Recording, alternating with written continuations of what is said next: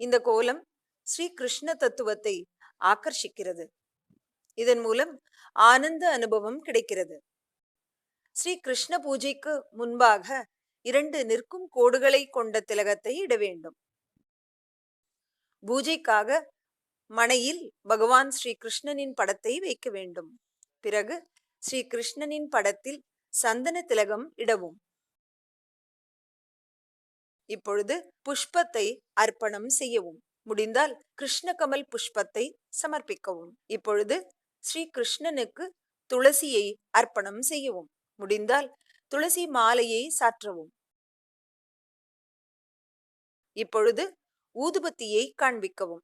2 ஊதுபத்திகளை எடுத்துக்கொண்டு பிரதட்சிணமாக 3 முறை சுற்றவும். இப்பொழுது தீபத்தை காண்பிக்கவும். இப்பொழுது தயிர் அவலை நைவேத்தியம் செய்யவும். பிறகு ஸ்ரீ கிருஷ்ணனுக்கு ஆரத்தி எடுக்கவும். இங்கு கவனத்தில் கொள்ள வேண்டியது என்னவென்றால், பூஜை விதிகளில் சம்பிரதாயம், மாநிலம், பழக்கம் போன்றவற்றிற்கு ஏற்ப சில மாறுபாடுகள் இருக்கலாம். ஸ்ரீ கிருஷ்ண ஜென்மாஷ்டமியின் 2வது நாளில் செய்ய வேண்டிய விதிகள்: அதிகாலையில் பகவான் ஸ்ரீ கிருஷ்ணனின் பஞ்சோபசார பூஜை செய்து மகா நைவேத்தியம் செய்ய வேண்டும்.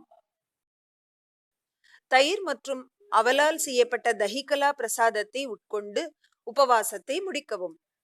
பகவான் ஸ்ரீ கிருஷ்ணனின் மூர்த்தி மண்ணால் செய்யப்பட்டிருந்தால் அதை தண்ணீரில் கரைத்து விட வேண்டும்.